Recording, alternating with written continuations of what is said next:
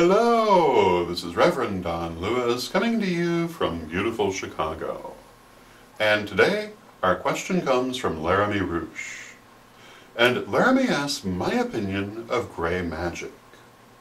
And I'll start my answer to this question by saying that my understanding of the term gray magic is the idea of magic that lies in between the extremes of white magic and black magic.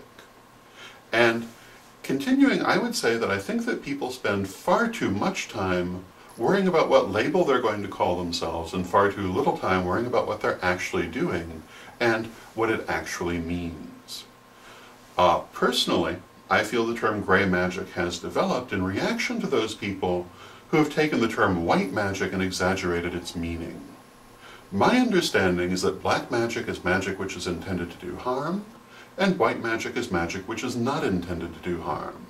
And to be perfectly honest, I don't see if there's any room between those two things for any other thing.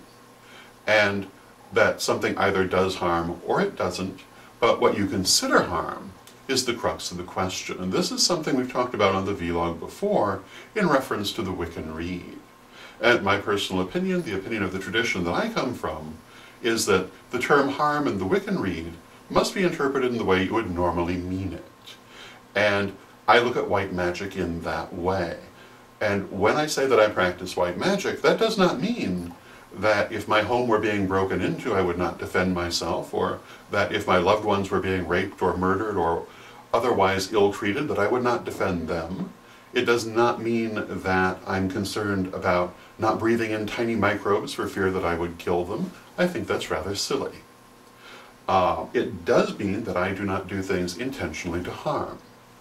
And I think that those people who have taken the idea of white magic and exaggerated it to the extent that it becomes an idea of total passivity in the face of life, have given rise to other ideas such as gray magic on the part of people who cannot live that way because, after all, no one really can.